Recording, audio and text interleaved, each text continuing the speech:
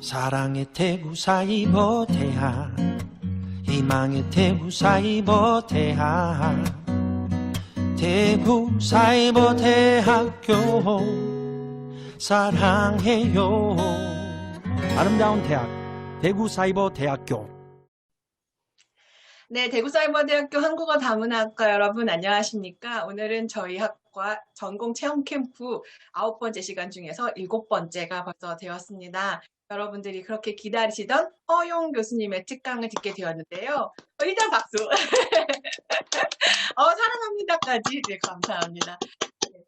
여태까지 1회부터 6회까지는 유사 문법 항목들을 비교하는 거였어요. 대조 표현, 또 뭐 이유 표현, 정보 전달하기 표현 등에 대해서 어떤 문법 항목들이 얼마나 서로 비슷한가, 어떻게 차이가 있는가에 대한 공부를 했다면, 자, 이제 그 차이점은 알았는데, 그래서 한국어라고 하는 게 도대체 문장 구조가 어떻게 되어 있길래 그 중에서 어떤 제약들이 나타나고, 어떤 것 때문에 얘는 쓰고 못 쓰고 이런 것들에 대한 도대체 한국어 문장은 어떤 거야? 라고 궁금해 하셨을 것 같아요. 이 시점에서는 그래서 교수님께서 자, 한국어 문장이란 이렇게 구성된 거야. 이런 특징이 있어. 라고 아마 설명을 해주실 것 같아요. 자, 허용 교수님께서는 현재 한국외고대학교 한국어교육학과에서 근무하고 계시고 또 한국어 의문론의 대가, 저 뒤에도 지금 허용 교수님 책 몇 권 있는데요. 그 교수님께서 책도 많이 쓰시고 마르키스 후즈흐라고 굉장히 유명한 그 저명한 학자분들 모셔서 이렇게 이름 등재하는 게 있는데 거기에도 2번이나 등재되신 저희 자랑스러운 지도 교수님이십니다. 큰 박수로 허용 교수님을 모시도록 하겠습니다. 반갑습니다. 반갑습니다. 안녕하세요. 네, 안녕하십니까. 강의 진행해 주시면 되겠습니다. 제가 그러면 기록. 문장이 되기 위해서는 주어도 있어야 되고 서술어도 있어야 된다. 이렇게 되겠죠. 그 다음으로 볼 수 있는 것은 예 2번을 보시면은 주어와 서술어는 있어요. 철수가 읽는다. 우리가 본다. 호랑이가 잡았다. 이런 문장인데 이 경우에는 무언가가 빠져 있습니다. 가운데 우리가 거기다가 넣을 수가 있겠죠. 여러분이 직접 한번 넣든지 아니면 머릿속으로 한번 이렇게 단어를 집어넣어 보면 되겠죠. 철수가 읽는다 그러면 읽는다에다가 무엇을 이런 말이 넣을 수가 있겠죠. 그럼 철수가 책을 읽어요. 이렇게 될 수가 있고 우리 볼까? 그러면 뭘 봐? 그러면 영화 볼까요? 그러면 영화라는 말을 저기다가 집어넣을 수 있겠죠. 호랑이가 잡았대. 뭘 잡았대? 뭐 토끼 이렇게 하면은 토끼를 잡았습니다. 라는 말들을 가운데 있는 속에 집어넣게 되는데 그 가운데에 집어넣게 되는 그런 말들을 우리는 목적어라고 하는 것을 이라는 것을 우리는 여러분들이 다 알지요. 그것이 이제 목적어가 되겠습니다. 그 다음에 본다면은 아까 얘기를 했던 보호의 개념입니다. 철수는 되었어요. 뭐 주어가 우리 되었어요. 호랑이는 되었어요. 저 아이가 되었어요. 그 다음에 보면 또 아니죠? 라는 말들이 있습니다. 철수는 군인이 되었어요. 그렇죠? 그 다음에 호랑이는 식물이 아니죠? 이런 식의 될 겁니다. 그때 우리 되다와 아니다 앞에 있는 그러한 말들을 우리는 보호라고 이야기를 합니다. 특징적으로 본다면은 목적어 앞에 여기 있는 목적어 안에 있는 말들은 명사 다음에 을이나 르이 붙는 것이고 보호의 경우는 명사 다음에 이나 가가 붙는 그런 것들이다 이거죠. 그것은 뭐 조금 이따 하더라도 우리는 지금 2개의 예를 통해서 어떤 사실을 알 수가 있냐면은 동사에 따라서는 목적어나 보호가 필요 없는 동사도 있지만 그 동사들이 어떤 거냐면은 여기에 있는 흐르다, 불다 뭐 이런 것들입니다. 자동사나 형용사 같은 것들은 주어만 있으면은 거의 완전한 문장이 될 수가 있는데 동사의 성격에 따라서는 여기에 있는 것처럼 목주어 외에 목적어나 보호를 필요로 하는 것들이 있습니다. 그런 동사가 올 경우 그런 목적어와 보호는 반드시 원칙적으로 반드시 있어야 하는 문장에서 없어야 안 되는 필수적인 그런 요소가 될 거다 이거죠. 필수적인 요소가 되겠습니다. 그렇게 해서 본다면은 이 필수적인 요소가 지금 본다면은 주어가 있고 그죠? 서술어가 기본적으로 모든 문장에서 주어와 서술어는 기본적으로 있을 것이고 그 다음에 목적어와 보어가 또 추가적으로 필수적인 요소가 될 수가 있습니다. 그런데 그 네 가지가 필수적인데 우리는 그것을 둘로 묶어서 주어, 목적어, 보어를 하나로 묶고 서술어를 따로 하나로 이렇게 묶어 보았습니다. 주어, 목적어, 보어를 하나로 묶은 이유는 이렇습니다. 주어, 목적어, 보어는 대부분이 명사로 이루어져 있습니다. 주어가 명사인 것이 많죠. 그죠? 뭐 철수가 어떻다. 그 다음에 목적어도 보면은 주어는 명사인, 목적어도 보면은 철수를 나는 밥을 먹었어 할 때 을이 붙은 밥이 명사가 되겠죠. 그 다음에 나는 군인이 될 거야 하면은 될 거야 앞에 있는 군인도 명사 플러스 이가 된 것이다 이거죠. 그러니까 주어, 목적어, 보어는 기본적으로 명사 플러스 조사로 이루어진다라고 우리가 이야기를 할 수가 있습니다. 물론 이 조사는 괄호 속에 이렇게 넣어놨는데 그것은 조사가 생략된 것이다. 이렇게 이야기를 할 수가 있겠죠. 주어, 목적어, 보어는 이루는 말 중에 보어를 이루는이 아니라 르이 되겠죠. 요거를 이루는 말 중에 조사는 생략될 수 있습니다. 그런데 주어, 목적어, 보어를 이루는 핵심 어는 명사라는 얘기입니다.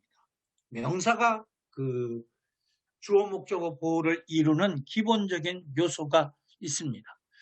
명사 외에 물론 대명사나 수사도 같은 기능을 합니다.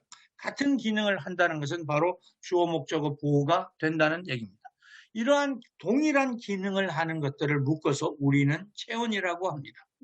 체언이라고 한다면 그래서 우리는 중요한 하나의 무엇을 얻어낼 수 있는데 체언의 주 기능은 문장에서 주어, 목적어, 보어가 되는 것이다. 이렇게 이야기를 하는 거다 이거죠. 만약에 좀 우스갯소리로 이야기를 한다면 명사, 대명사, 수사에게 우리가 질문을 한다. 너는 무엇 때문에 이 땅에 태어났느냐? 라고 얘기했는데 우리가 사람한테 이 얘기를 하면 너 뭐 되고 싶어? 아, 저는 이러이러한 사람이 되고 싶어요. 사회에서 어떤 뭐 직업을 이야기를 할 수가 있겠죠.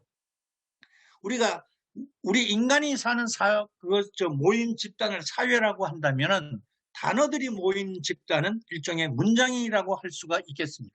그래서 명사나 대명사나 수사에게 너는 왜 태어났느냐라고 묻는다면은 그 명사, 대명사, 수사는 뭐라고 대답을 하냐면은 우리는 문장 안에서 주어, 목적어, 보어가 되기 위해서 태어났습니다. 라고 이야기를 하게 될 겁니다. 여기서 제가 주 기능이라고 썼어요. 그러니까 물론 부수적인 기능도 있습니다. 만약에 체언이 그 다른 주어, 목적어, 보어가 아닌 다른 것이 된다면 그것은 주 기능이 아닌 부수적인 기능이 될 겁니다. 그래서 그 다음에 이제 보면은 서술어가 있습니다. 서술어를 보면은 흐르다. 앞에 나온 말들입니다. 물이 흐른다, 바람이 분다, 날씨가 어때요? 뭐 영희는 착합니다. 이런 것들이다 이거죠. 위에 두 개는 동사고 밑에 두 개는 형용사입니다. 흐르다, 불다는 동사고 어떻다, 착하다는 형용사인데 그 경우들은 우리가 서술어인데 보면은 주로 사전에서 찾을 때 보면 흐르다, 불다, 어떻다, 착하다와 같이 다로 끝나는 말들이다 이거죠. 이런 것들을 우리가 소위 말하는 동사 또는 형용사라고 이렇게 이야기를 하는데 이 서술어를 이루는 핵심어는 동사와 형용사입니다. 동사와 형용사. 이것들이 같은 기능을 하기 때문에 우리는 이것들을 묶어서 용언이라고 이야기를 합니다. 다만 괄호 속에 있는 것처럼 한국어의 형용사는 영어의 형용사가 다른데 그것은 좀 이따 보도록 하겠습니다. 그래서 저 위에서 보면은 체언의 주 기능은 문장에서 주어, 목적어, 보어가 되는 거라고 한다면 동사와 형용사를 묶은 용언의 주 기능은 문장에서 서술어가 되는 겁니다. 마찬가지로 동사와 형용사에게 너는 왜 태어났느냐? 라고 묻는다면은 동사와 형용사는 이렇게 대답을 할 겁니다. 네, 우리는 문장에서 서술어가 되기 위해서 태어났습니다. 라고 이야기를 할 겁니다. 그 다음에 이제 그 동사와 형용사의 한국어의 동사와 형용사의 차이가 이렇게 있는데, 영어의 형용사는 이제 거기 있는 것처럼 이 pretty라고 하는 것은 뒤에 나오는 house를 꾸미는 수식 기능을 갖는 데 비해서 한국어의 형용사는 그 집은 예쁘다 이런 것처럼 물론 예쁜 집 이렇게 할 수는 있지만은 영어에서도 this house is pretty 하고 서술어 기능을 할 수가 있죠. 그러니까 형용사는 수식 기능도 할 수 있고 서술 기능도 할 수 있는데 그 중에 하나가 언어에 따라서는 주 기능이 되고 또 하나는 부수적인 기능이 되는 건데 영어에서는 수식 기능이 우선이고 한국에서는 서술 기능이 우선입니다. 그래서 한국에서 서술 기능이 우선이라는 것은 모든 언어에서 서술 기능은 동사는 다 서술 기능을 가지고 있는데 한국의 형용사는 동사처럼 서술 기능을 갖기 때문에 여러분들이 만약에 책에서 보면은 형용 동사 이런 말들을 책에서 가끔 보게 되는 것은 한국의 형용사는 동사에 가까운 그런 특징을 가지고 있습니다. 나머지 자료들은 여러분이 한번 이렇게 살펴보기를 바랍니다. 만약에 시간이 되면은 나중에 돌아와서 한번 보도록 하겠습니다. 그래서 지금까지 한 내용을 요약하면은 이겁니다. 간단한 얘기입니다. 체언의 주 기능은 문장에서 주어 목적어 보호가 되는 것이고 용언의 주 기능은 문장에서 서술어가 되는 거다.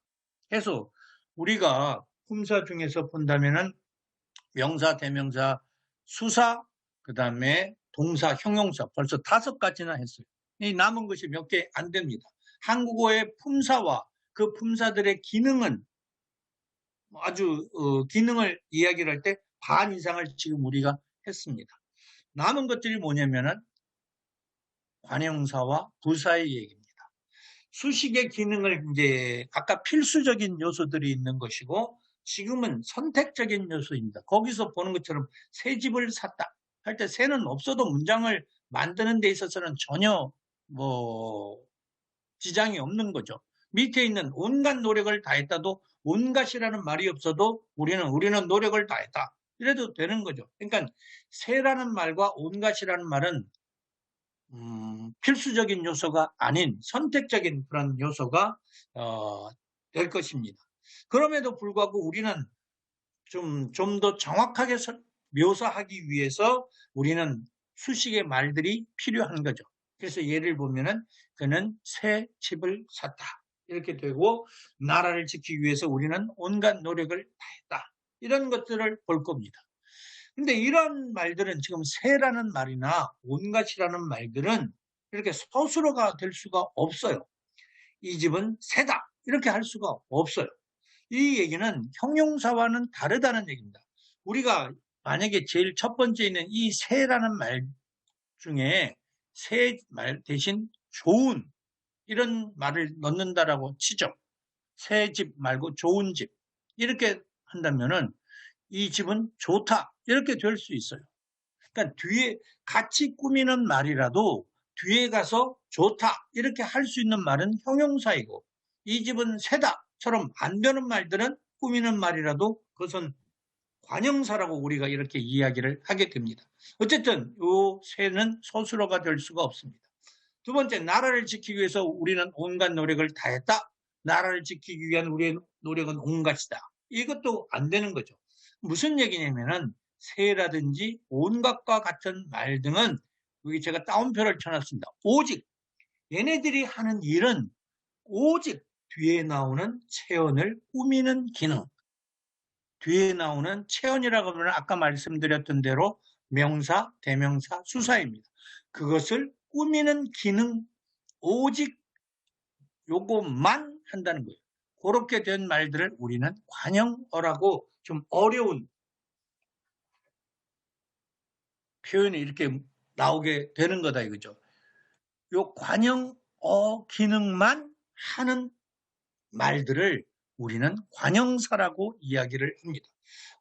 사자가 붙은 거와 어자가 붙은 것이 뭐가 다르지? 라고 생각할 수 있는데 그것은 제가 조금 이따 설명을 하도록 하겠습니다. 사자가 붙은 것은 우리가 이 품사가 뭐야? 그러면은 명사, 대명사, 조사, 수사처럼 사자로 대답을 해야 되고 품사할 때 사자니까요. 그러면 뭐라고 물으면은 주어, 목적어, 서술어, 관형어라고 대답을 하느냐면은 문장 성분이 뭐야? 문장 성분이라는 것은 문장에서 어떤 일을 하느냐를 묻는 겁니다. 그것에 대해서는 조금 이따 다시 설명을 하도록 하겠습니다. 여기서 보면은 관형사와 형용사의 차이에 대해서 제가 설명을 했습니다. 구체적인 것은 여러분들이 그 내용을 읽어보면 되겠습니다. 그래서 뒤에 가서 집은 새다. 이거는 안 되거든요. 우리가 새자를 쓰고 싶으면 새는 반드시 그 뒤에 어떤 명사가 와야 됩니다. 그런 것들을 우리가 이제 관형사라고 이렇게 이야기를 하는 거다 이거죠. 그 다음에 조금 전에 얘기했던 품사와 문장 성분의 관계. 거기 보면은 나의 이름과 성별은 우리가 성별은 변하지 않을 것이고 이름도 제가 재판을 받지 않는 한 제 이름이 싫으니까 바꿔주세요 라고 법원에 가서 그렇게 하지 않는 한 제 이름은 변하지 않습니다. 그래서 이렇게 쉽게 변하지 않는 것이 품사는 쉽게 변하지를 않습니다. 물론 제가 이름을 바꾸듯이 또는 국적을 바꾸듯이 바꿀 수는 있어요. 따라서 품사도 원래 품사에서 다른 품사로 바뀔 수는 있지만 그런 가능성은 뭐 그렇게 많지는 않죠. 그런데 두 번째, 어떤 집단 속에서 나의 위치는 뭐냐? 저기 집단이라는 말이 있는 거죠. 아까 제가 사회 이런 말을 썼습니다. 사회 속에서, 그러니까 제가 김철수라는 예를 들어서 40살 정도 된 남자가 있다 라고 하면은 그 사람은 집에서는 아내에게 있어서는 남편이 될 것이고 아이들에게 있어서는 아빠가 될 것이고 부모님한테는 아들이 될 것이고 회사에 가면은 과장이 될 것이고 과장이라는 것은 부장님한테는 부하 직원이 되고 대리한테는 상사가 되고 그 다음에 친구를 만나면 친구가 될 거다 이거죠. 그렇게 본다면 집단 속에서의 나의 위치는 고정되어 있는 것이 아니라 항상 이렇게 변하게 되는 거죠. 그래서 품사는 쉽게 변하지 않는 반면에 문장 성분은 그 문장 안에서 기능에 따라서 다르다. 예를 들어서 책상이라는 것은 품사는 명사로 고정이 되어 있습니다. 그러나 문장에서 하는 일을 보면은 책상이 있다 할 때는 이때 책상은 있다라는 서술에 대해서 주어가 되고 이것이 책상이다 하면은 이것이라는 주어에 대해서 책상이다는 서술어가 되고 나는 책상을 좋아한다 그러면은 이때 책상을은 좋아한다에 대해서 목적어가 되고 이것은 책상이 아니다 그러면은 우리가 앞에서 배운 것처럼 아니다 앞에 있으니까 보호가 될 겁니다. 그러니까 품사는 변하지 않고 문장 성분은 그 문장 안에서 기능, 어떤 역할을 하느냐에 따라서 다르게 나타난다. 이렇게 여러분들이 이해를 하시면 되겠습니다. 따라서 이 관형사라고 하는 것은 뒤에 나오는 말을 꾸미는 역할. 뒤에 어떤 말을 꾸미냐면은 체언이라는 것은 명사, 대명사, 수사를 이야기를 합니다. 무엇이 이제 하나가 있는데 꾸미는 말에 또 하나로 뭐가 있냐면은 부사가 있습니다. 무척 덥다. 이봉주는 잘 달린다. 너무 이봉주는 옛날 사람이네. 무척은 덥다라는 형용사를 꾸미고 잘은 달린다라는 동사를 꾸밉니다. 이런 말들은 역시 앞에는 관형사는 체언을 꾸몄는데 부사는 용언을 주로 꾸밉니다. 주로 여기는 오직이 아니라 주로라고 이 따옴표가 잘못됐네요. 주로 뒤에 나오는 용언을 꾸밉니다. 물론 부사는 용언만 꾸미는 것이 아니라 다른 부사도 꾸미고 때로는 문장을 꾸미기도 합니다. 그러나 중요한 것은 우리가 요 얘기입니다. 관형사와 부사는 주어나 서술어의 기능을 하지 못하고 각각 체언과 용언을 수식하는 기능만 한다. 이렇게 이야기를 할 수가 있겠습니다. 그래서 요약 두 번째는 관형사의 주기능은 문장에서 관형어가 되는 겁니다.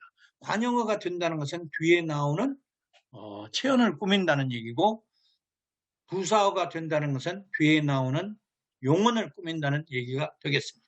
여기까지가 이제 두 번째 얘기고, 세 번째 얘기가 있습니다. 큰 파트로, 오늘 제가 말씀드린 것은 파트로 보면은 두 개의 파트로 되는데, 첫 번째 파트의 마지막이 3번입니다.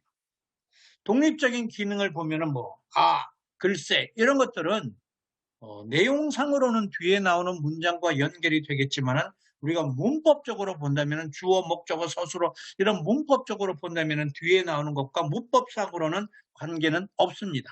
여기는 문장 구성과는 관계가 없다. 문법적으로는 관계가 없이 단독으로 된다. 그래서 우리는 이것을 독립어라고 이렇게 이야기를 합니다. 그건 여러분들이 아시면 되겠고, 오늘 제가 그래서 이제 이러한 것을 나올 수 있는 명사, 대명사, 수사를 우리는 체언이라고 하는데, 걔네들의 주기능은 주어, 목적어, 보어가 되는 것이다. 동사, 형용사를 우리는 용언이라고 하는데, 걔네들은 문장에서 서술어가 그 주기능이 그렇다는 얘기입니다.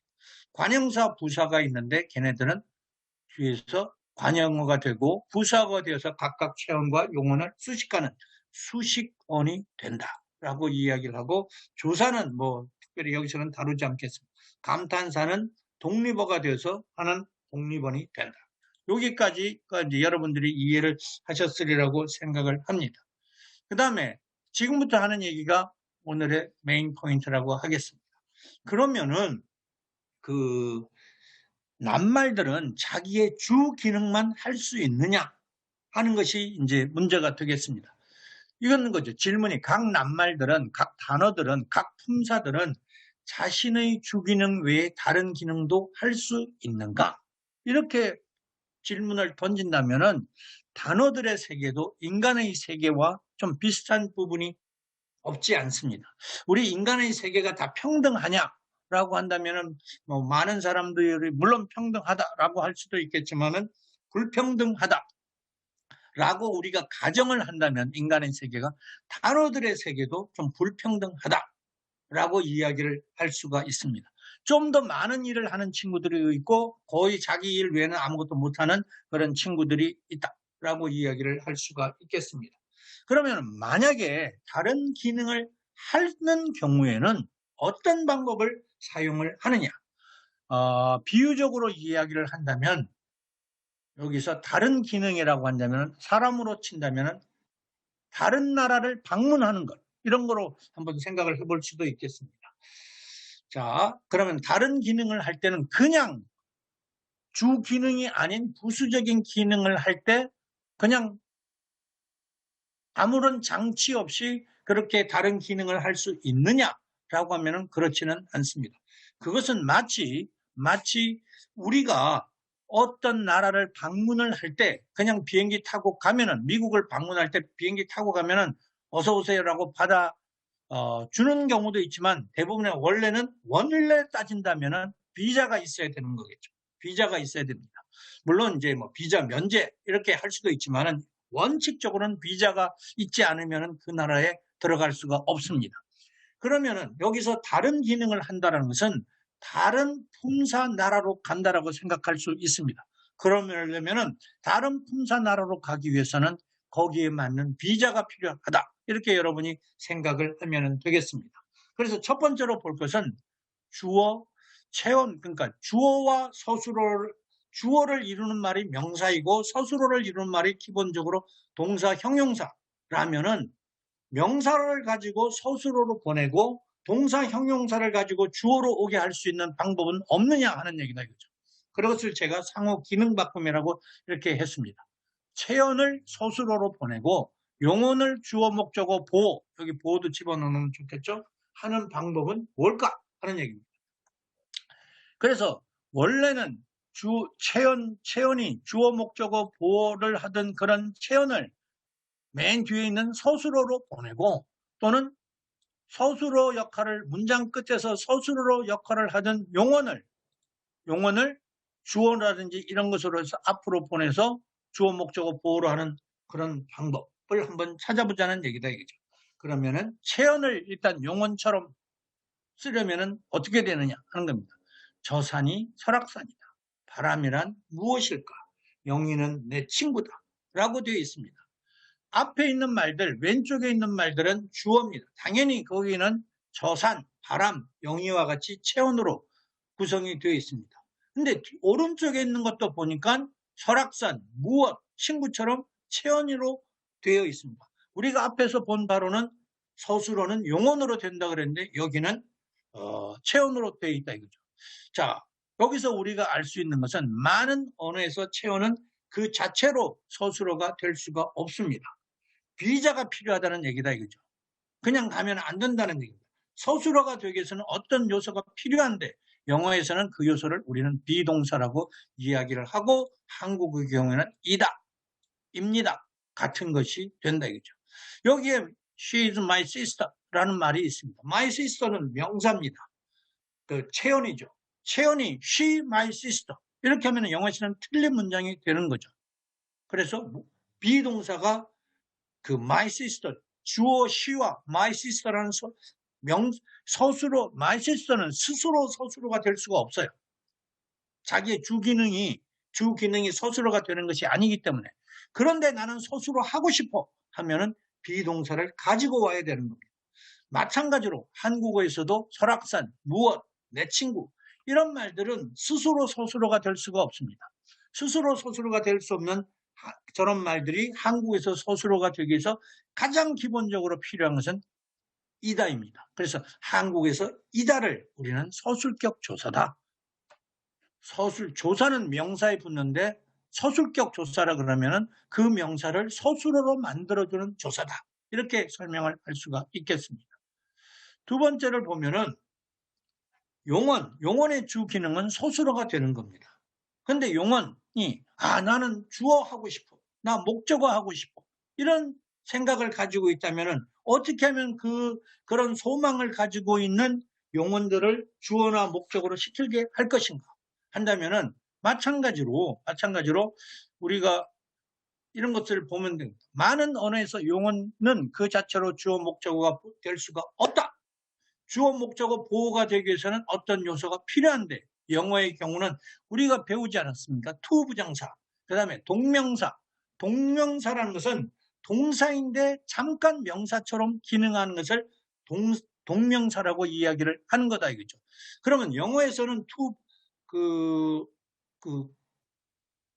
예를 들어서 find라는 동사가 있는데 그것을 주어로 쓰기 위해서는 to find를 쓴다든지 외국어를 가르치는 것은 쉽지 않다 그럴 때 가르치다, teach는 동사인데 그것을 주어로 쓰기 위해서는 ing를 붙여야 되는 거다. 그러면 영어에서 to 부정사나 동명사와 같은 기능을 하는 것이 무엇이냐면은 한국에는 기와 음과 또는 여기 것 이런 것들입니다. 이런 것들을 붙이면은 용언에다가 그런 것들을 붙이면은 여기 보면은 나는 여러분이 행복하기를 바랍니다. 여기다가 원래 행복하다를 쓴다면은 그것은 틀린 문장이죠. 나는 여러분이 행복하다를 바랍니다. 그것은 안 된다는 얘기다 이죠. 우리는 그가 떠났다를 알았다. 안 된다는 얘기입니다. 그럼 어떻게 바꿔야 돼? 영어의 to 부정사나 동명사처럼 한국어도 동사를 동사인데 잠깐 명사인 것처럼 해줘야 되는 거다 이거죠. 그것이 바로 기나 음이나 것 이런 것들이다 이거죠. 잠깐 명사처럼 되는 것 이런 것들을 우리가 동명사라고 이야기를 한다 그랬는데 그것은 비유적으로 이야기를 한다면은 제가 다른 나라에 비자를 받아서 잠깐 그 나라에 머무르는 것과 같습니다. 그게 뭐가 있냐면 예를 들어서 제가 미국에 있는 제 친구를 방문하러 갔다. 만나러 갔다. 근데 그 친구는 미국 영주권자라든지 시민권자예요. 생긴 것을 보면은 제 친구나 저나 똑같은 한국 사람이지만은 그 친구는 거기서 영원히 살아도 되지만 저는 돌아와야 됩니다. 그 친구는 미국 시민권자고 저는 한국 국적을 가진 사람이기 때문에 그렇게 본다면은 이제 그 친구는 귀화를 한 거잖아요. 단어 중에서도 품사가 귀화를 하는 경우가 있습니다. 그런 것을 우리가 품사의 전성이라고 이렇게 이야기를 하는데 저는 잠깐 미국을 간 거예요. 그것은 마치 제가 동명사가 된 것. 저는 원래 동사인데 잠깐 명사 나라에 간 거다. 이렇게 여러분들이 이해를 하면 되겠습니다.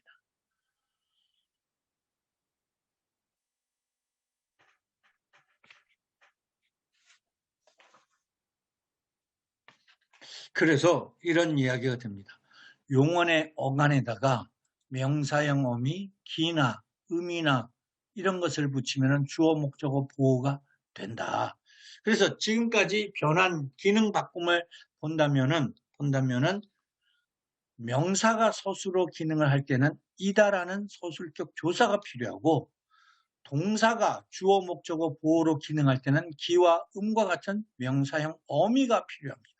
여러분이 여기서 알아야 될 것은 조사는 명사에 붙고 어미는 동사나 형용사에 이렇게 붙지만은 그래서 조사와 어미를 다른 것으로 생각할 수 있지만 중요한 것은 같은 기능을 할 수 있다는 얘기다.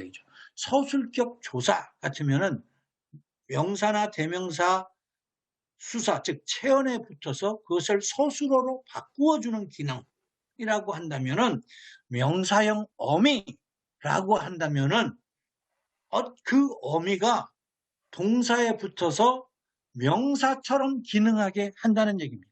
명사처럼 기능하게 한다는 것은 이것을 사실은 전성어미라고 그래요. 명사, 여러분이 써두면 좋습니다. 전성어미라는 것은 성분을 바꿀 수 있는 것. 성분을 바꾼다는 것은 뭐냐면은 원래 얘는 서술어가 주 기능이었는데 서술어라는 성분을 하는 것이 주 기능이었는데 명사처럼 주어 목적어 보호의 기능을 할 수 있게처럼 있게 성분을 바꾸어주는 어미, 그것을 우리는 명사형 어미라고 이야기를 하는 겁니다. 여러분이 그거를 알아두시면 좋을 것 같습니다. 시간이 별로 없는 관계로 조금 속도를 내도록 하겠습니다. 두 번째는 꾸미는 기능입니다. 꾸미는 기능은 우리가 앞에서 보았던 것처럼 새 집 할 때 새자가 이제 그런 기능을 가지고 있고 빨리 달린다 뭐 이런 것들이 이제 그것이 되겠죠. 자, 여기에 보면은 우리는 여러 도시를 방문했다. 이때 여러는 도시라는 명사를 꾸미는 관형사입니다. 그런데 우리는 여기에서 다시 명사를 가져왔습니다. 호반이라든지 추억과 같은 명사를 가져왔습니다. 우리는 호반의 도시를 방문하였다. 춘천이 되겠죠. 추억의 도시를 방문하였다. 그냥 호반 도시, 추억 도시 이렇게 이야기를 하면은 문장이 완전한 문장이 올바른 문장이라고 할 수가 없겠죠. 물론 명사 자체도 관형어의 성격을 갖는 경우도 많이 있긴 하지만 지금 예를 들어서 본다면 이 경우에는 체언이 관형격 조사, 즉 의를 붙이면 여기에 있는 의입니다. 붙이면은 관형어가 되는 겁니다. 관형어가 된다는 것은 뒤에 나오는 명사를 관형사와 같이 뒤에 나오는 체언을 꾸미는 기능을 할 수가 있습니다. 자, 여러분 이렇게 생각하면 돼요. 의자를 붙여서 뒤에 나오는 말을 꾸밀 수 있는 관형어가 되게 하는 조사. 그래서 우리는 관형격 조사라고 이야기를 합니다. 서술격 조사가 그 조사가 붙어서 서술어가 되게 한다면은 관형격 조사는 그 조사가 붙어서 뒤에 나오는 체언을 꾸미게 하는 관형어가 되게 한다. 이렇게 여러분들이 이해를 하면 되겠습니다. 두 번째 본다면은 똑같은 겁니다. 우리는 여러 도시를 방문하였다. 이 여러 대신에 앞에서는 추억이나 호반 이런 걸 넣지만 우리는 예쁘다, 죽다와 같은 동사와 형용사를 넣습니다. 우리는 여기에 예쁘다 도시를 방문하였다. 우리는 죽다 도시를 방문하였다. 이런 말을 쓸 수는 없습니다. 한국어에서. 한국어에서 저 도시를 꾸미기 위해서는 동사, 용언에서는 니은이라든지 리을이 을이라든지 이런 말들을 붙여야 되는 겁니다. 그래서 우리는 용언 어간에다가 은이나 을을 붙이면은 관형어가 되는 겁니다. 여기는 관형격 조사라고 이야기를 하고 여기는 관형사형 어미라고 이야기를 하는 겁니다. 관형사와 같이 뒤에 나오는 체언을 꾸미게 된다겠죠. 만약에 외국 학생들이 여러분에게 예를 들어서 이렇습니다. 영어의 경우는 pretty house 할 때 pretty는 그 모양과 this house is pretty 할 때 pretty는 모양이 바뀌질 않습니다. 근데 한국어에서는 그 집은 예쁘다와 예쁜 집은 다른 모양을 가지고 있습니다. 영어로 친다면은 예쁘다 집 이렇게 해야 되는데 우리는 그렇게 하지 않습니다. 우리는 예쁜 집이라고 하게 된다 이죠. 그래서 만약에 외국 학생들이 선생님 저기에 왜 니은이 붙었어요? 은이 왜 있어요? 을이 왜 있어요? 내가 먹을 것 할 때 을이 왜 있어요? 그러면은 한국어에서는 이 을이 붙어서 뒤에 나오는 명사를 꾸미게 하는 기능을 하는 것이다. 일종의 뭐와 같다? 비자와 같다. 이렇게 생각을 하시면은 되게, 이 자리는 명사 앞에 있는 자리잖아요. 이 명사 앞에 있는 이 자리는 관형사 나라의 자리입니다. 명사는 거기에 함부로, 동사도 거기에 함부로 들어갈 수는 없어요. 비자를 받아야 되는데 명사의 경우는 의라는 비자를 가지고 들어가고 동사 형용사의 경우는 은이나 을과 같은 비자를 받아가지고 들어간다 라고 이 얘기를 할 수가 있겠습니다. 그 다음에 부사처럼 기능하는 경우가 있습니다. 날마다 일찍 잔다 라는 일찍은 뒤에 나오는 잔다를 꾸미는 부사가 되는데 여기에 초저녁이라는 명사가 왔습니다. 그는 날마다 초저녁 잔다. 이런 말은 쓸 수가 없는 거다 이죠.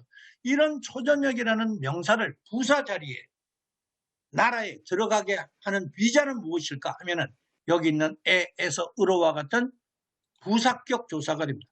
부사어가 되게 하는 조사. 그래서 부사격 조사가 되는 겁니다. 윤홍경 선생님 지금 몇 시까지 수업을 하면 됩니까? 1시간 반 예정되어 있는데요. 선생님, 아, 그래요? 아, 그럼 좀 천천히 질의응답이 있을 하겠습니다. 수 있으니까, 네, 시간 편히 쓰시면. 시간이 있는 거죠? 네. 알겠습니다. 저 천천히 하겠습니다. 네. 속도를 좀 덜 낼 거였는데. 오케이, 좋습니다.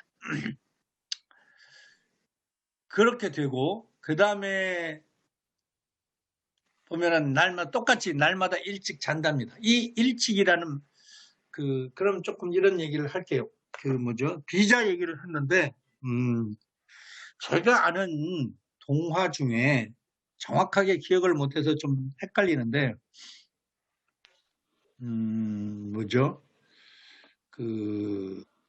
돼지 집인지 양 집인지 그런 집이 있었어요. 엄마 돼지, 새끼 돼지 또는 엄마 양, 어디가?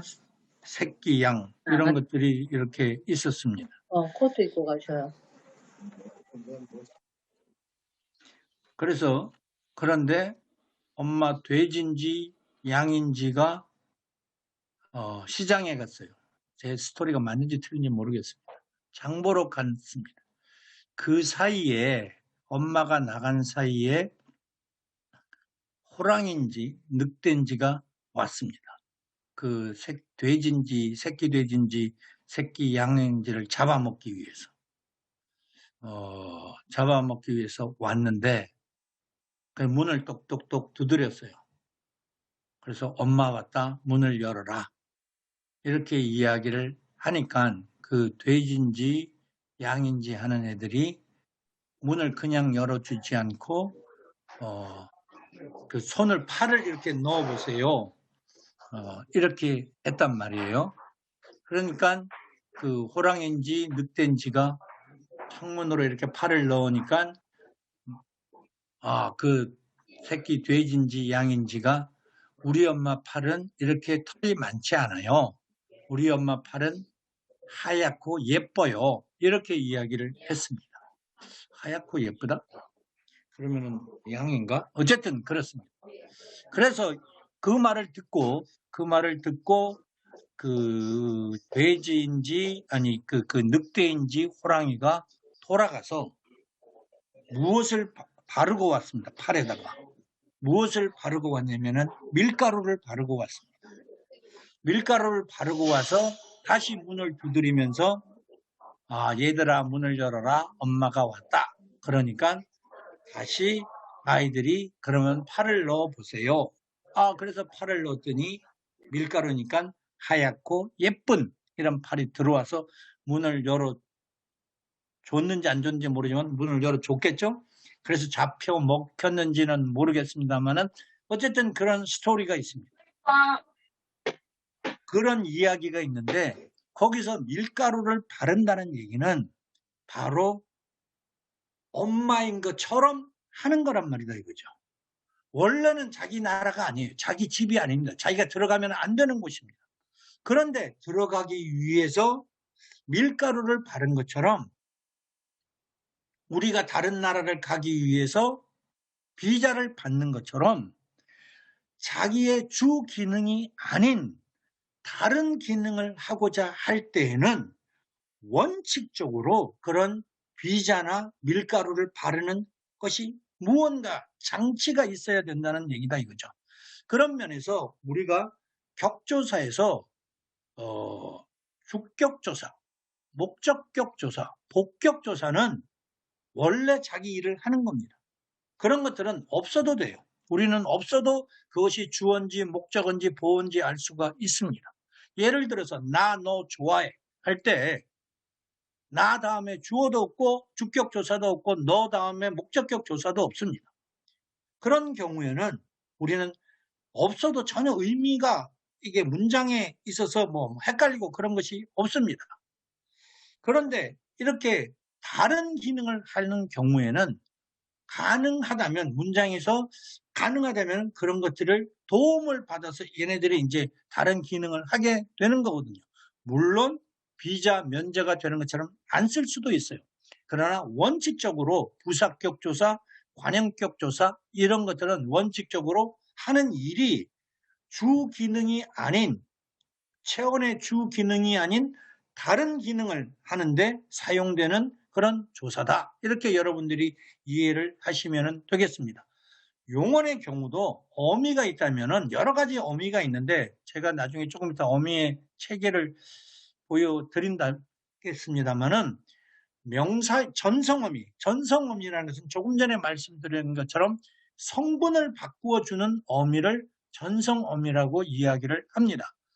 전성어미에는 명사형 전성어미, 관형사형 전성어미, 부사형 전성어미 이런 것들이 있는데 우리가 지금 이미 이렇게 다 하고 있습니다. 부사형 전성어미는 지금 할 것이고 그런 것들은 다른 나라를 방문하게 하는 것과 같은 그런 기능을 한다라고 여러분이 이해를 하시면 되겠다는 거죠. 자, 그래서 계속 이어나가도록 하겠습니다. 체언에서 부사어가 되기 위해서 부사격 조사를 붙인 것처럼 제가 이제 속도를 많이 늦췄습니다. 지금 보면은 여기에 일찍이라는 것은 부사입니다. 그 부사 자리에 늦다라는 형용사를 이렇게 가져왔는데 그 경우에는 그는 날마다 늦다 잔다 이렇게 할 수가 없습니다. 한국어에서는 늦게 잔다라고 개를 붙여야 되고 밤이 늦다 공부했다 이렇게 할 수가 없다는 거죠. 그러니까 우리가 마치 그 한국어를 처음 배우는 초급 학습자들한테 가르쳐요. 밤이 늦다 공부했다 밤이 늦었어요 공부했어요 이렇게 이야기를 하는 것은 이런 어미를 모르기 때문에 이제 우리가 그렇게 설명을 하는 것이 되겠죠. 이런 경우에는 우리는 도록이라는 말을 붙이게 됩니다. 개라는 말을 붙이고 도록이라는 말을 붙여서 우리는 어떤 것이 가능해졌냐면은 뒤에 나오는 잔다, 공부하다와 같은 용언, 동사를 꾸밀 수 있게 해주었습니다. 따라서 우리는 이 개나 도록과 같은 것은 붙어서 뒤에 나오는 용언을 수식하게 하는 부사어가 되게 하니까 그런 것을 우리는 부사형 어미라고 이렇게 이야기를 할 수가 있겠습니다. 두 번째 파트의 이제 마지막이라고 할 수가 있겠습니다. 두 번째 파트의 첫 번째 마지막 이렇게 돼요. 독립언어로 기능하게 하는 것. 자, 독립언어는 우리가 아까 보았던 감탄사가 대부분입니다. 그래서 체언을 감탄사로 바꿔주는 겁니다. 철수야 어디 가니? 그대여 난 그대를 향한 한 송이 꽃입니다. 어디 시에서 나온 부분인 것 같아요. 애국 동지들이여 우리는 조국을 위해 이 한 몸을 바칩시다. 이렇게 되어 있습니다. 여기에 보면은 철수라는 명사에다가 야를 붙이고 그대라는 대명사에다가 여를 붙이고 또 명사에다가 뭐 이어를 붙이고 그랬습니다. 그래서 체언에다가 야, 아, 야, 이어와 같은 혹격 조사를 붙이면은 독립어가 됩니다. 그래서 이런 야를 붙임으로 인해서 우리는 감탄사처럼 문장 구성과는 아무런 관계가 없는 독립어로 이렇게 사용을 할 수가 있게 됩니다. 그런데 우리는 지금까지 이걸 다시 한번 볼게요.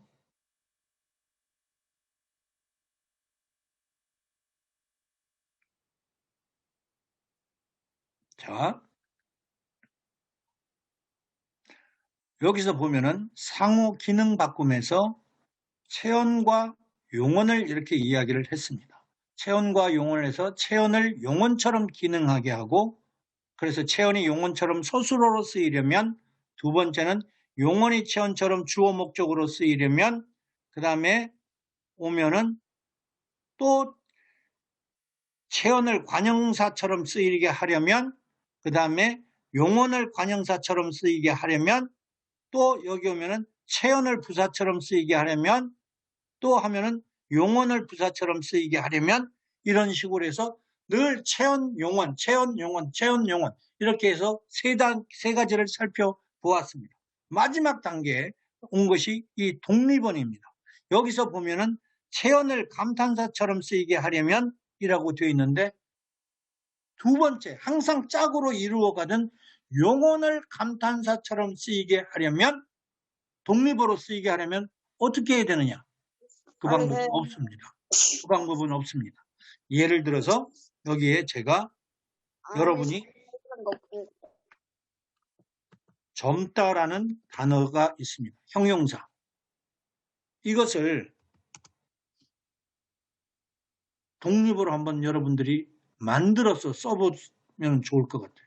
어떻게 하면은 이것을 여기다가 플러스 이어 이런 말을 붙인다라고 치면은 여러분은 저 젊다를 그대로 젊다 이어 이렇게 쓸 수가 있을까요?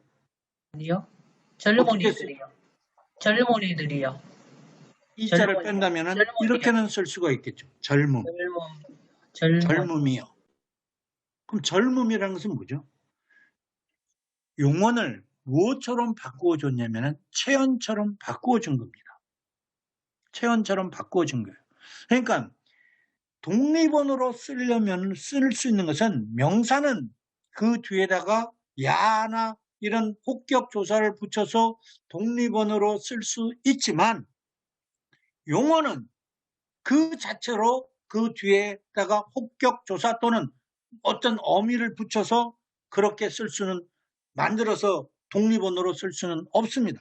어떻게 되냐면은 용언을 동명사로 만들어서 명사처럼 바꾼 다음에 그 다음에 그것에다가 혹격 조사를 붙여야 되는 거죠.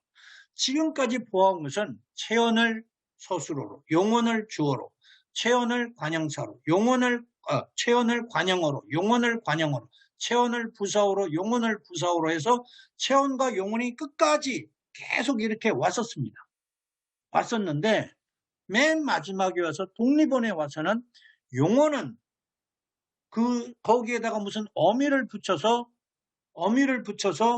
우리가 그 독립언어로 쓸 수가 없다는 거다 이거죠. 잠시 올라가겠습니다. 자, 여기를 보시죠. 이게 체언이고, 그죠? 이게 체언입니다. 이게 용언이고, 동사 형용사가 용언이고, 관형사 부사는 이걸 수식어이라고 하는데, 자, 관형사 지금 본 것은 체언과 용언은 자기의 주 기능 외에 다른 것을 할 수가 있었어요. 즉, 체언은 서술어가 될 수도 있었고, 용언이 주어 목적어 보어가 될 수도 있었습니다. 그리고 체언은 관형어가 될 수도 있었습니다. 관형격 조사를 붙여서. 용언은 관형사형 어미를 붙여서 관형어가 될 수 있었습니다. 체언은 부사격 조사를 붙여서 부사어가 될 수 있었습니다. 용언은 부사형 전성어미를 붙여서 부사어가 될 수 있었습니다. 그러니까 체언과 용언은 다른 나라들을 막 방문을 할 수 있었습니다. 그런데 관형사는 다른 나라를 방문을 할 수가 없습니다. 관형사는 늘 자기 위치가 어디죠? 명사 앞에서 새 집 이런 것처럼 항상 어떻게 보면은 좀 정치적 북한 사람, 어디 해외 여행을 못 가는 사람처럼 늘 이렇게 자기 그 영역에만 있어야 되는 거다 이거죠. 그런 면에서 보면은 관영사는 어떻다? 상당히 불쌍한 품사다. 이렇게 이해를 해야 되겠죠. 그러니까 그런 면에서 우리가 관영사를 보면 좀 안타까운 마음을 가질 필요가 있습니다. 부산은 조금 여유는 있어요. 여러분, 제가 여러분한테 질문을 할게요. 너 이 옷은 헌옷이야, 새 옷이야? 그러면은 여러분은 둘 중에 아니라 뭐라고 새 옷, 헌옷 이렇게 대답을 합니까? 아니면 새 이렇게 대답을 합니까? 헌옷, 당연히 새옷. 뒤에 나오는 명사랑 항상 같이 가야 돼요. 관형사는. 그런데 너 빨리 갈 거야, 천천히 갈 거야? 빨리와 천천히는 부사입니다. 그러면 여러분은 빨리 가, 천천히 가 이렇게 할 수도 있지만은 뒤에 가를 빼고 나서 빨리, 천천히 이렇게 대답을 할 수도 있습니다. 그런 면에서는 관형사는 뒤에 항상 그 체언을 달고 다녀야 돼요. 달고 다니는데 부사는 그렇지가 않습니다. 부사는 어느 정도의 자립성을 가지고 있습니다. 그러면 여러 가지 품사 중에서 가장 제약이 많은 품사가 우리가 관형사라고 이렇게 이야기를 할 수가 있습니다. 그래서 관형사와 부사는 어디 다른 데를 옮기지도 못하는데 그 중에서 관형사는 자립성도 없어요. 그런 면에서 관형사가 제일 안타까운 그런 품사라고 이렇게 할 수가 있습니다. 어쨌든 체언과 용어는 다른 기능을 자기의 주 기능 외에 수식어의 기능도 할 수가 있습니다. 여기까지 다 할 수 있어요. 공통적으로. 그런데 마지막으로 요 독립원의 기능을 하느냐 안 하느냐에 따라서 할 수 있느냐 없느냐에 따라서 체언과 용언이 갈리는 겁니다. 체언은 혹격 조사를 붙여서 독립원이 될 수 있는 반면에 용언은 무엇을 붙여서 독립원이 될 수 없습니다. 용언이 독립원으로 기능하기 위해서는 명사형 전성 어미를 붙여서 체언의 형태로 바꾸어진 다음에 그 다음에 혹격 조사를 붙여야 되는 거다. 그죠? 이런 점에서 볼 때 체언은 모든 품사의 왕이라고 할 수가 있습니다. 무엇이든지 할 수가 있어요. 자기 주기능도 할 수 있고 다른 비자를 받아가지고 다른 품사들의 주기능까지 다 할 수 있습니다. 두 번째 왕자쯤 되는 것이 왕자나 공주쯤 되는 것이 용언입니다. 용언은 독립원만 빼놓고는 다른 것은 다 할 수 있습니다. 그러니까 옛날에 성골, 진골 이쯤 되겠죠. 그 다음에 수식어는 자기 기능밖에 못하는 겁니다. 자기 주기능만 하고 다른 기능은 하지 못한다. 이렇게 여러분들이 이해를 하면 되겠습니다. 그래서 다시 쭉 내려갈게요. 여기 보면은 이렇게 되어 있습니다. 요약 세 번째입니다. 그래서 상호 체언은 보면은 서술격 조사가 돼서 서술어가 될 수가 있습니다. 이 다음에는 여기 이렇게 서술어 이렇게 써주면 되겠죠. 이 명사형 전성어미와 여기에 것을 붙여가지고 얘네들은 뭐가 돼요? 주어 목적어 서술어가 된다. 여기다가 주어 목적어 서술어라고 쓰면 되겠죠. 그 다음에 관형격 조사가 붙어가지고 관형어가 될 수 있고 명언의 경우에는 관형사형 전성 이 어미 세 개는 다 전성어미입니다. 관형사형 전성어미가 붙어가지고 요는 말고 을도 있습니다. 관형어가 될 수 있고 부사격 조사가 붙어서 체언이 부사어로 기능할 수 있고 용어는 부사형 전성어미가 붙어서 부사어로 될 수가 있습니다. 그리고 체언은 혹격 조사가 붙어서 독립으로 기능할 수 있는데 용어는 그러한 기능을 하지 못한다. 이것이 이제 그 전체적인 그 내용이 될 수가 있겠습니다. 여러분이 이 내용을 잘 이해를 하면 좋겠는데, 자, 이렇게 됩니다. 한국어 문장 구성으로 본다면은 기능 바꿈, 즉 성분의 전성이라고 할 수 있는데, 체언은 기능 바꿈의 조사. 기능 바꿈의 조사는 여기 있는 것처럼 관형격, 부사격, 혹격 조사입니다. 관형격, 부사격, 혹격 조사입니다. 이 조사들은 잘 생략하기가 어렵습니다. 물론 경우에 따라서는 얼마든지 생략을 할 수가 있어요. 특히 한국에서 생략이 잘 되는 조사는 관형격 조사는 생략이 잘 되죠. 그러니까 뭐 철수의 동생 할 때 우리는 의자는 얼마든지 이렇게 생략할 수가 있는데 생략이 잘 안 되는 언어가 이제 일본어에 있는 뭐 의자, 노 같은 것은 생략이 잘 안 되겠죠. 근데 한국어는 상대적으로 생략이 잘 됩니다. 어쨌든 이 세 가지 조사는 기능 바꿈의 그 역할을 하는 조사다. 이렇게 여러분들이 이해를 하면 되겠고, 보조사는 여기서는 필요 없고, 그 다음에 어미의 경우를 본다면은 여기에 전성 어미가 이렇게 있습니다. 한국 어미를 보면은 어말 어미와 이렇게 선어말 어미가 있고, 어말 어미는 종결 어미와 비종결 어미로 이렇게 나누어집니다. 종결 어미는 문장의 종류에 따라서 이렇게 5가지로 가지게 되고, 우리 알잖아요. 평서문. 이거 뭐, 여기는 이제 평서형 종결 어미가 붙어가지고 평서문이 되는 것이고, 의문형 종결 어미가 붙으면 의문문이 되고, 명령형 종결 어미가 붙으면 명령문이 되고, 청유형 종결 어미가 붙으면 청유문이 되고, 감탄형 종결 어미가 붙으면 당연히 감탄문이 됩니다. 그 다음에 비종결 어미를 본다면은 2가지로 연결 어미와 전성 어미가 있는데, 오늘 하는 것은 전성 어미입니다. 제가 그래서 진하게 이렇게 표시를 했습니다. 연결 어미는 복문을 만드는 겁니다. 두 문장을 합쳐서 만드는 건데, 이런 연결 어미는 없어요. 명칭이 없습니다. 제가 여러분이 오해를 하시면 안 돼요.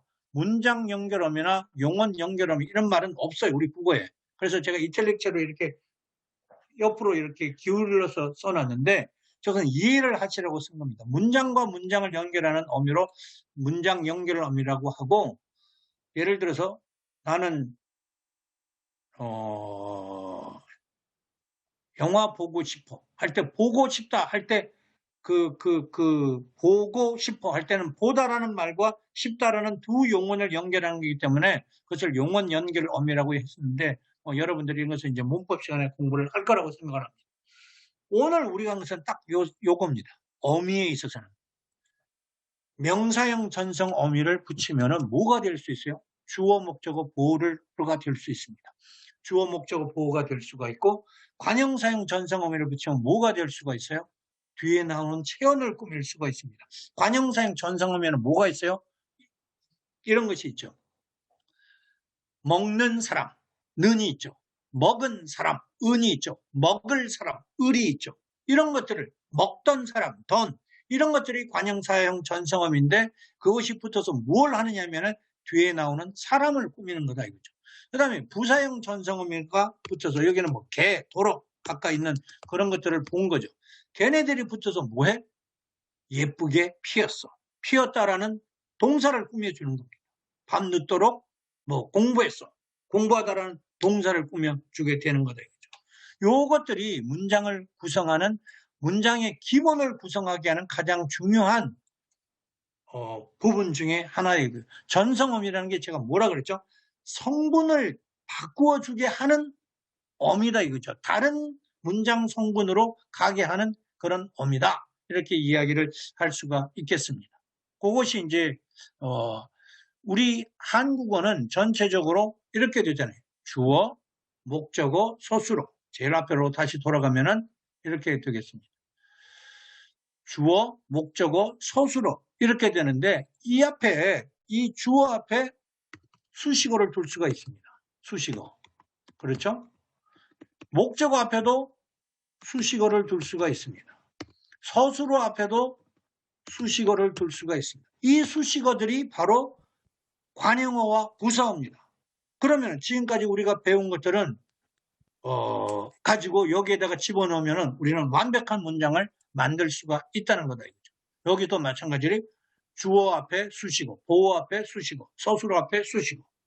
제일 위에 있는 주어 서술어 앞에도 주어 서술어 앞에도 수식어를 집어넣습니다. 한국어는 이런 것이, 아까 제가 영어에는 5개의 문장 형식이 있다면 한국어에는 이 3가지 정도의 문장 형식이 있을 수 있다라고 보는데, 우리는 거기에다가 더 추가를 해서 수식어를 집어넣는다 하더라도 문장을 만들 수가 있는데 한국어 문장의 전체적인 기본 원리는 이와 같습니다. 자기의 주기능이 있고 그 다음에 그 보조기능 또는 부수적인 기능 그런 것들이 있는데 체온의 경우는 모든 것을 그 비자를 받아가지고 해당하는 조사를 덧붙여서 그런 다른 기능을 할 수 있고 용언의 경우는 해당하는 어미를 덧붙여서 우리는 그런 것들을 할 수 있다. 다만 수식어인 그 관형사와 그 부사는 그런 기능을 할 수가 부수적인 기능을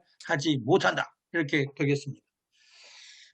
시간이 남았기 때문에 제가 요 부분 두 가지를 요 파트와 이 파트를 조금 더 설명을 하고 마치도록 하겠습니다. 아까 요거는 설명을 했는데 영어에서의 형용사는 수식 기능이 우선이고 그래서 영어의 형용사는 예를 들어서 pretty 이런 단어를 한국어로 번역을 하면은 좋다라고 예쁘다라고 번역을 하는 것이 맞을까요? 예쁜이라고 번역을 하는 것이 맞을까요? 영어의 pretty는 한국어로 그대로 번역하면은 예쁜이 맞습니다. 예쁜. 왜냐하면 수식 기능을 갖는 거기 때문에 반면에 한국어의 예쁘다를 영어로 뭐라 그래? 당연히 우리는 단어만 묻는다면 pretty라고 하는데 만약에 여러분이 영어권 학습자를 대상으로 해서 어떤 교재를 만들었다. 보조 교재를 만들었다. 그랬을 때 예쁘다 쓰고 땡땡 하고 pretty 이렇게 주는 것보다는 to be pretty 이렇게 주는 영어 단어의 제목을 주는 것이 좋은 것은 영어에서 to be pretty 하면 그것이 서술어로 기능한다는 그런 것을 알려주는 것이 되는 것이거든요. 그런 면에서 한국어 거기를 통해서 우리가 보는 것은 한국어의 형용사는 서술 기능을 한다. 서술 기능을 하는 것은 동사와 같다. 이렇게 할 수 있는데 한번 예를 보도록 하겠습니다. 한국어에 달린다라는 동사가 있습니다. 그는 달린다. 영어로 he runs 이렇게 할 수가 있습니다. 우리는 이 달린다라는 말을 없애고 그 자리에 착하다라는 형용사를 집어넣으면은 우리는 한국은 걔는 착해. 문장이 완전한 틀리지 않은 문장이 됩니다. 반면에 영어에 runs라는 동사를 빼고 kind라는 말을 집어넣으면 he kind 그러면 영어에서는 틀립니다.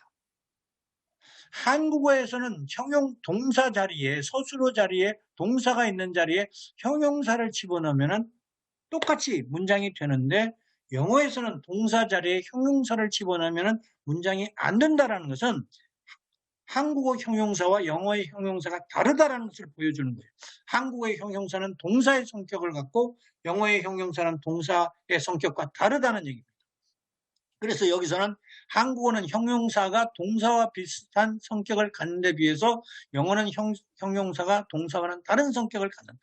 그러면은 그 다음을 하나 보겠습니다. 한국어에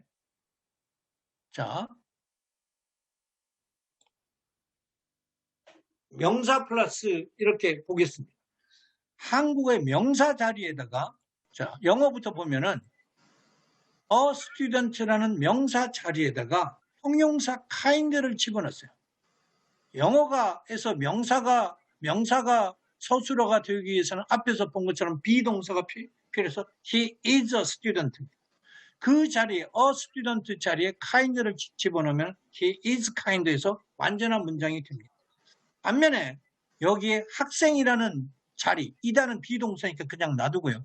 학생이라는 자리에 착하다라는 한국어의 형용사를 넣으면 그는 착하다이다. 이런 문장이 될 겁니다. 그래서 그것은 한국어 문장에서는 잘못된 문장인 거죠. 그래서 우리는 이와 같은 것을 볼 수가 있습니다. 한국어는 형용사가 명사와 다른 성격을 가진 언어인데 비해서 영어는 형용사가 명사와 같은 성격을 가진 언어다. 이렇게 얘기를 해서 한국어는 형용사와 동사가 같은 성격을 가진 형용사 동사 언어라고 하고 영어는 형용사 명사 언어라고 이야기를 합니다.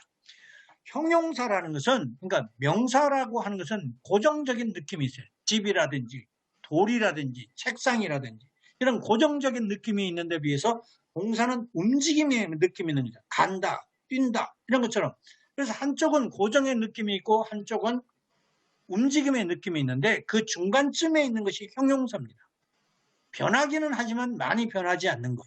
이런 것들이 형용사인데 언어에 따라서는 그것을 세 가지 종류로 나눌 수도 있지만 언어에 따라서는 형용사가 한쪽으로 치우치는 경우들이 많이 있습니다.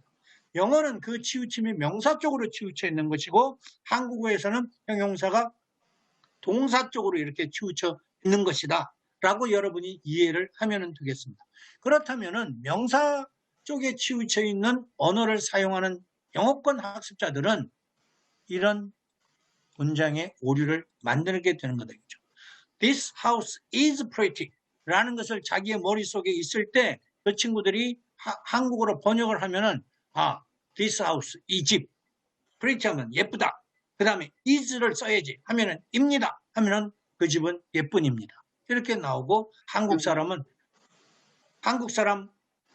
is kind 이렇게 이야기를 하면은 is를 번역을 해주기 위해서 입니다를 자꾸 쓰게 되는 그런 오류를 범하게 되는데 여러분이 문법적으로 영어와 한국어가 이렇게 다른 언어라는 사실을 알게 되면 이 부분에 대해서는 예측이 가능할 것이라고 생각을 합니다. 그 다음에 아까 새 집과 좋은 집의 경우는 아까 설명을 한 것 같은데 그렇게 하고 뭐로 하죠. 오케이, 여기까지 하고 혹시 질문이 있으면은 질문을 받도록 하겠습니다. 네, 교수님 1시간 넘게까지 고생 많으셨습니다. 아니, 무기시도로 강의해주신 허영 교수님께 박수 한번 부탁드립니다. 수고하셨습니다. 네, 수고하셨습니다. 감사합니다. 감사합니다. 네, 끝난 건 아니고요. 지금 오늘 저희가 7번째 특강을 진행하면서 최소한 100명 정도의 학생은 계속 들어오고 있었는데 오늘 122명이 들어오셔서 최고로 많이 많네. 들어와서 허영 교수님의 강의를 봐주신 것 같아요. 역시 교수님 대단하십니다. 선생님 아니, 이름만 아닙니다. 보고도 조금 많은 더 분들이 천천히 할 들어와- 거였습니다. 그러고 그 질문이 있으면 받고 싶은데요. 질문 이전에 제가 교수님께 좀 굵직한 질문 하나 먼저 드리고 싶은 게 있어요. 뭐냐면 제가 특강을 요청드렸을 때 나는 대구사이버대학교에 이 한국 문장 구성의 원리에 대해서 하고 싶다 그렇게 생각이 드셨을 텐데 왜 그렇게 생각을 하셨는지 궁금하고요. 또 하나는 여기 박경선 선생님이 이제 신임 과대인데 과대가 몽골인을 대상으로 한국어 교육을 이제 시작한다. 책부터 뭘부터 사야 될지 모르겠다. 이렇게 고민을 하고 있어요. 교수님께서는 지금 의대 통번역대학원에서 강의를 하고 계시니까 완전 고급 학습자들 말고 완전 처음 한국어 교육을 하는 사람들에게 한국어 문장 구조를 가르친다면 오늘 말씀해 주신 것을 잘 기억을 하고 있겠지만 어떻게 접근을 하면 조금 더 쉽게 지금 이제 메타 용어를 많이 써서 설명해 주셨는데 탁 한 명만 찍어서 박경선 선생님이 다음 주부터 몽골인 학생을 대상으로 말 한마디 못하는 사람을 대상으로 한국어 교육을 할 거다. 문장에 대해서 한다라고 하면 어떻게 접근할 수 있을지 교수님께서 오늘 강의해 주신 거를 조금 더 풀어서 학생들에게 설명한다면 어떻게 할 수 있는지를 여쭙고 싶어요. 저보고 그걸 대답을 하라는 거죠.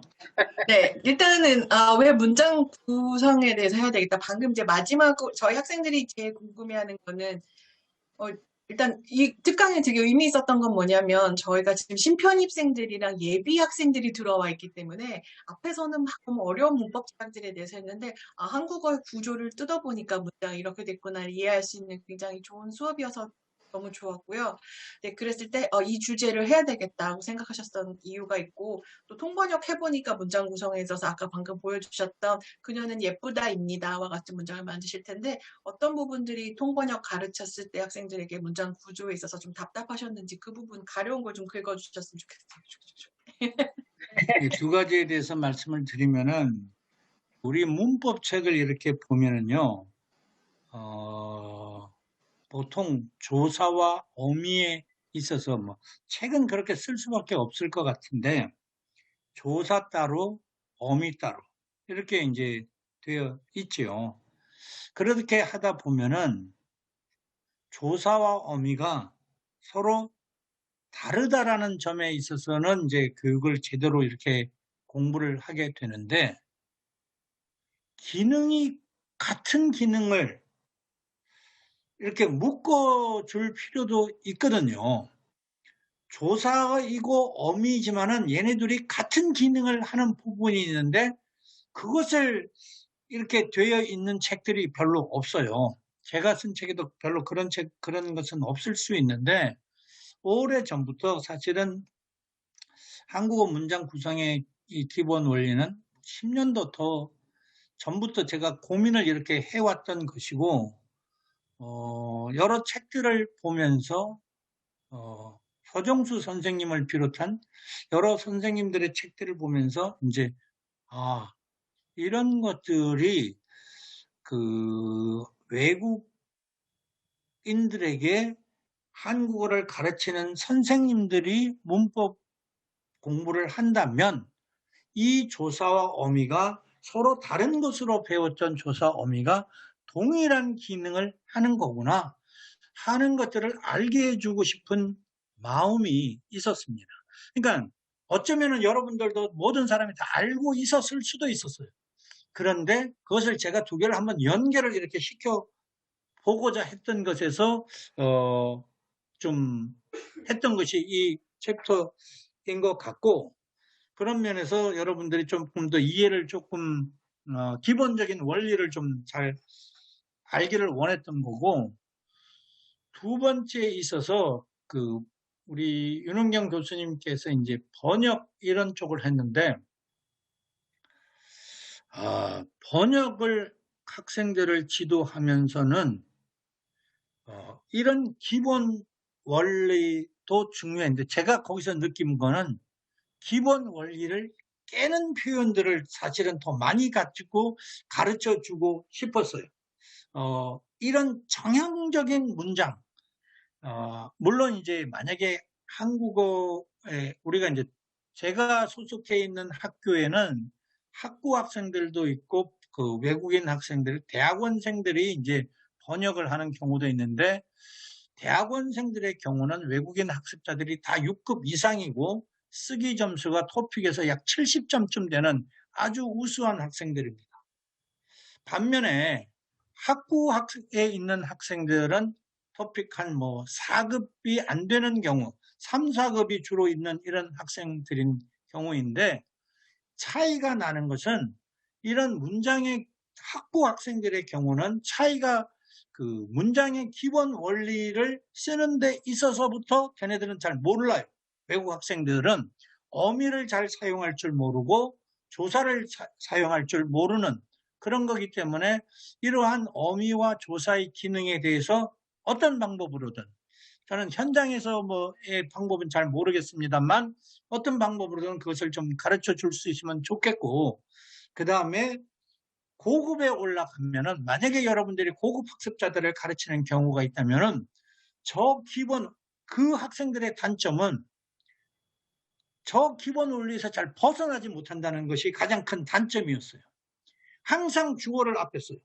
항상 주어를 앞에 쓰고 주어를 뒤로 가져가는 것을 좀 공부를 했으면 좋겠는데 그러지 않고, 하여튼 그런 것들에 있어서 저 기본 틀을 벗어나는 문장을 쓸 수 있으면은 좀 더 좋은 한국어를 구사하는 수 있을 텐데 하는 아쉬움들이 있습니다. 그렇게 말을 하면은 답을 드리면 될까요? 네, 감사합니다. 몽골어의 경우는 전형적인, 그 선생님은 몽골어를 잘 하십니까?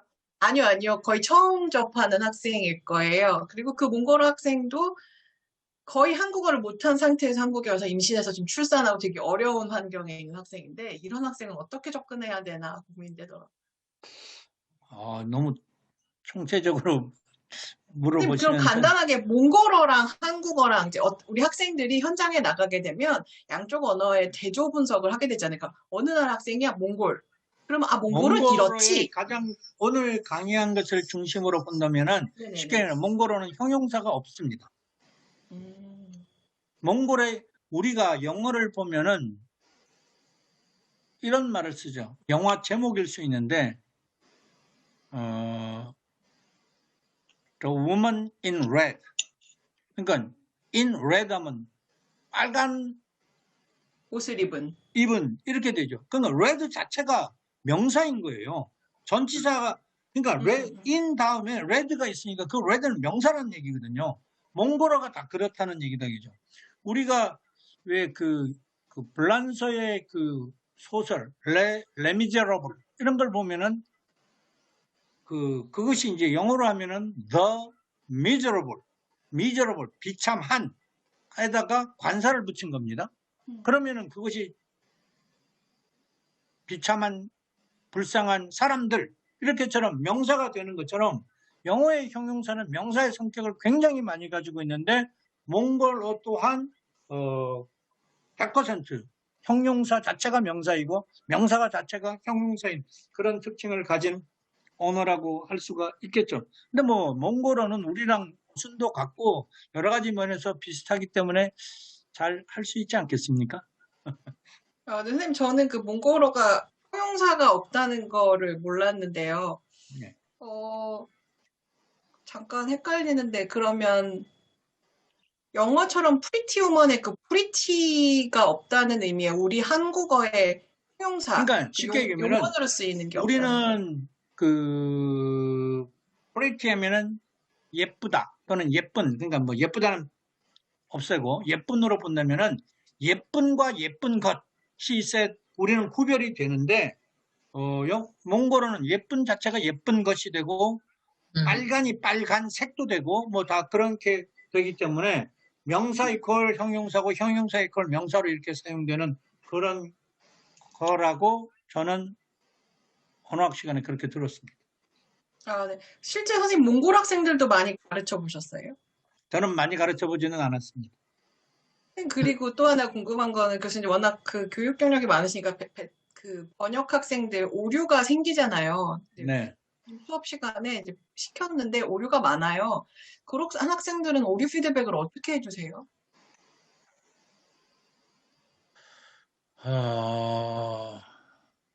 그게 예를 들어 제가 궁금한 거는 제가 궁금한 거 이게 다 얘기해도 되나? 저만 얘기해도 되나?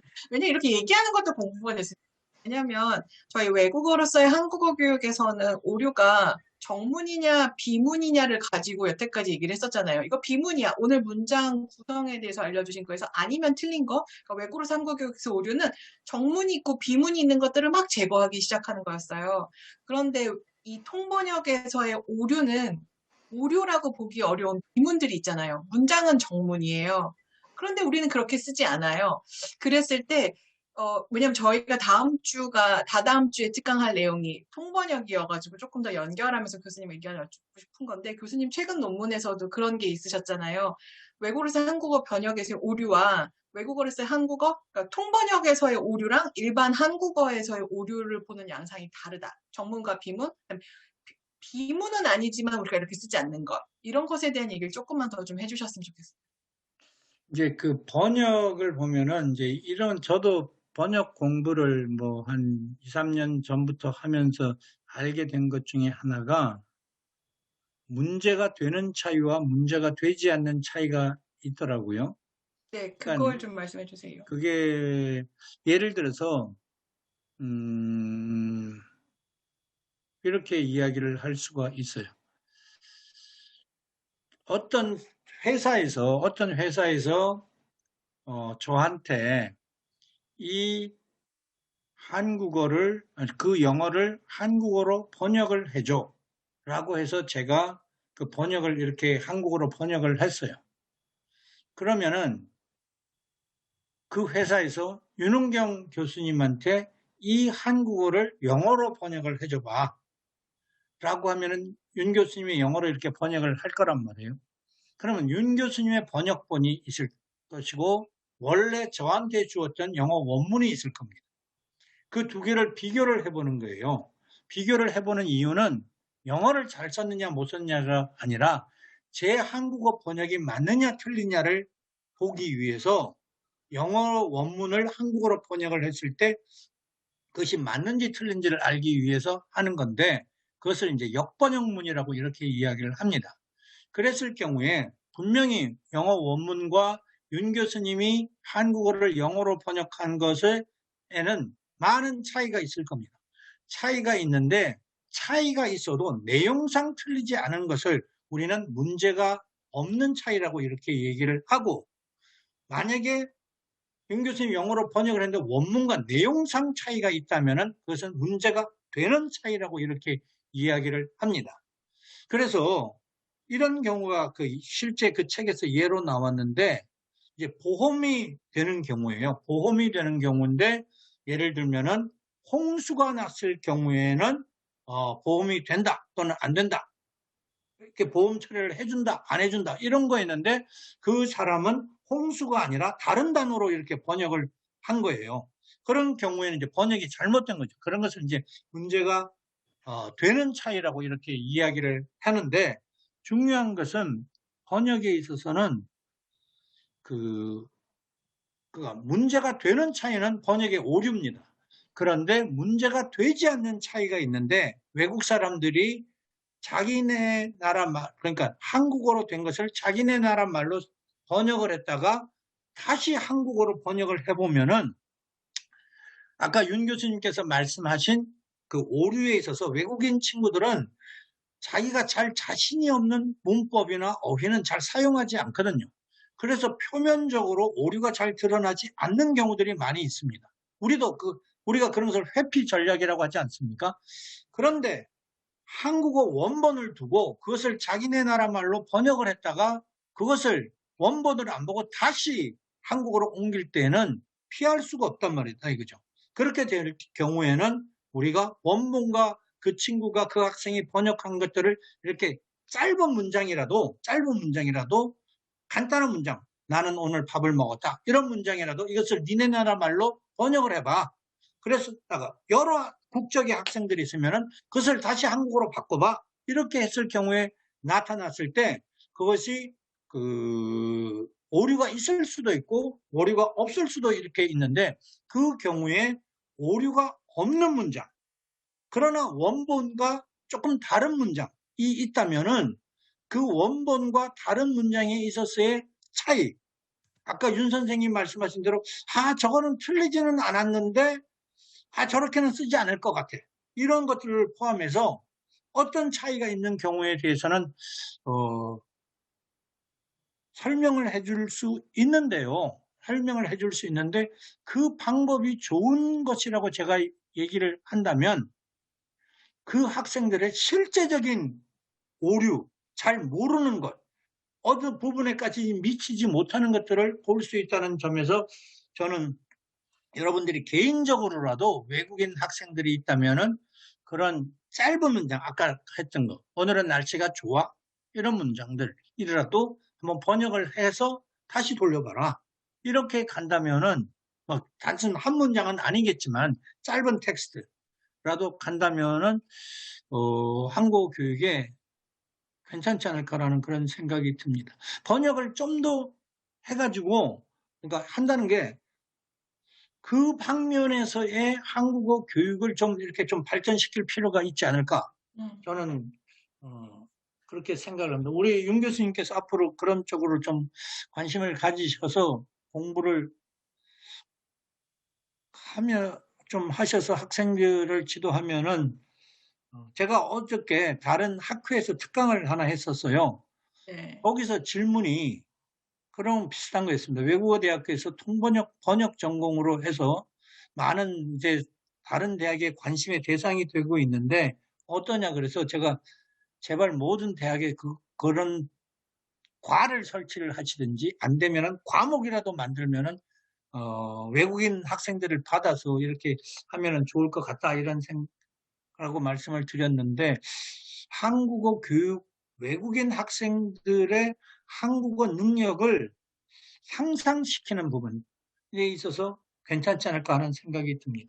여러분 개개인이 그런 방법을 한번 과제를 내줄 때 그런 과제를 내줘도 괜찮지 않을까 하는 생각이 듭니다. 네, 말씀 감사합니다. 교수님, 저희 어저께 잉크 이사회를 했어요, 학술대회. 네. 이명재 교수님 거기에 부회장님이신데, 잉크 산하의 한국어 통번역 연구회라는 소조직 그걸 하나 만들자고 제안을 하셨고 그게 될 것 같더라고요. 아주 외대 출신 아주 좋은 생각이죠. 우리 그 이명재 교수님이 뭐 그런 지금 한국어 그러니까 통번역 쪽에서 보면은 뭐 우리를 우습게 볼지 모르겠지만은 더 중요한 것은 한국어가 우리 한국인 입장에서는 한국어를 더 잘하게 하는 것이 중요하니까 이명재 교수님 거기에 이제 선두로 열심히 선두 그룹에서 열심히 하고 계시는 거죠. 아주 저는 뭐 적극적으로 찬성을 합니다. 네, 그런 조직이 생기면 뭐가 좋을까 해봤더니 외대 출신도 뭐 몇백 명, 벌써 몇백 명이 나오지 않아, 2, 300명 넘게 나왔죠, 졸업생.